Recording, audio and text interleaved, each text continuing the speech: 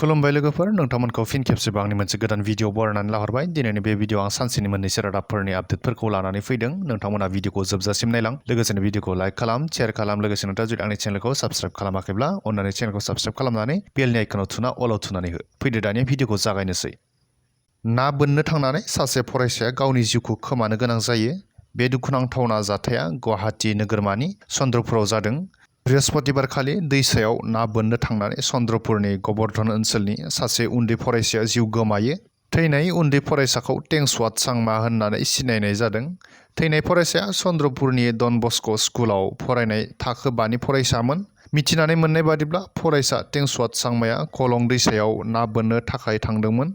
ना बोनफुबाय थानाय समावनो फिस्लायनानै दैसायाव गोग्लैलाङो फिस्लायनानै गोग्लैलांनायखौ नुनानै सासे सुबुङा रैखा खालामनो नाजादोंमोनब्लाबो हायासै उनाव चन्द्रपुरनि पुलिसखौ खौरां होनायाव जाथायसालियाव पुलिसा फैनानै रायजो राजानि हेफाजाबजों टेंसवात सांमानि गोथै सहखौ कलं दैसानिफ्राय बोखांनो हानाय फरायसानि गोथै सहखौ पुलिसा पस्टमर्टेमनि थाखाय GMCHआव दैथायहरनाय जायो रायजोआव फिन ड्राग्स हमनो हाबावदों रायजोआव पुलिस बिफाना ड्राग्स जानाय फाननायनि हेंथायै गोख्रोङै खामानि मावबोगासिनो थानायखौ जों नुबोगासिनो दं अब्लाबो ड्राग्स फालांगिया जोबनाय एबा खमायलांनायखौ नुनो मोनाखै काछार जिल्लायाव पुलिस बिफाना ड्राग्सनि हेंथायै संदाननाया सोलिगासिनो दं बै समावनो काटिगरा आरो सालसापरा मुंनि ओनसोलाव सिग्रोमनानै पुलिस बिफाना 2 केजि 400 ग्राम हेर'इनखौ बोखांनो हायो बे हेर'इनखौ लाबोनायनि दायावनो साबा ड्राग्स फालांगिरिफोरखौ हमनो हादों गिबियाव पुलिसा सालसापरायाव सिग्रोमनानै गंसे साखा खबब्रै गारिनिफ्राय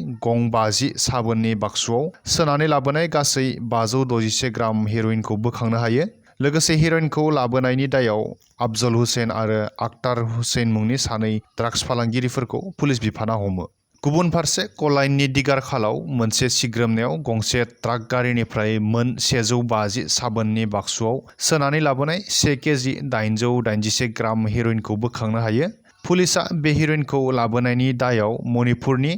राममायां मानगेलाल्ला आरो बिहारनि अरबिल कुमार मुंनि साथाम ड्राग्स लाबोग्राफोरखौ हमनो हायो मोन्नैबो जायगायाव सिग्रोमनानै बोखांनो हानाय ड्राग्सनि बेसेना गोबांथार जागोन दिगरखालाव बोखांनो हानाय हेर'इननि बेसेना 9 कौटिनिबो बांसिन जागोन होननानै पुलिस बिफाना फोरमायदों मोनसे दुखुनांथाव लामानि जाब्रबथाय बे जाथाया कर्नाटक रायजोआव जादों मिथिनानै मोननाय बायदिब्ला शुक्रबारखालि गंसे मिनि बासआ मोदाइजो यालामानि मन्दिराव तीर्थयात्रायाव थांदोंमोन सिबियारिफोर गाखोनाय मिनि बासआ फैफिननाय समाव लामायाव लाखिनानै दोनबाय थानाय गंसे ट्राकआव सौदावफैयो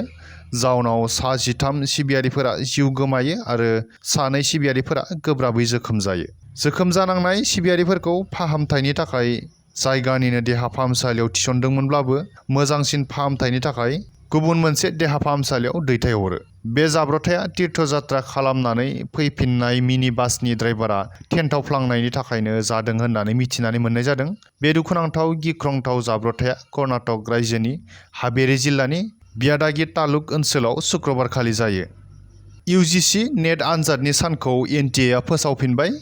NTA थामहिनबा नेशनेल टेस्टिं एजेन्सिजों खुंजानाय UGC-NET आनजादनि गोदान खालारखौ NTA फोसावनानै होबाय UGC-NET आनजादखौ 21 आगस्तनिफ्राय 4 सेप्तेम्बरनि गेजेराव खुंफुंगोनखौ फोसावबाय NTA मख'नो गोनांदि UGC-NET आनजादा थांनाय 18 जुन खालि खुंफुंजानायनि सानसे उनखालिनो सोंथि बिलाइया लिक जानायखौ मिथिनानै नेट आनजादखौ केन्सेल खालामनाय जादोंमोन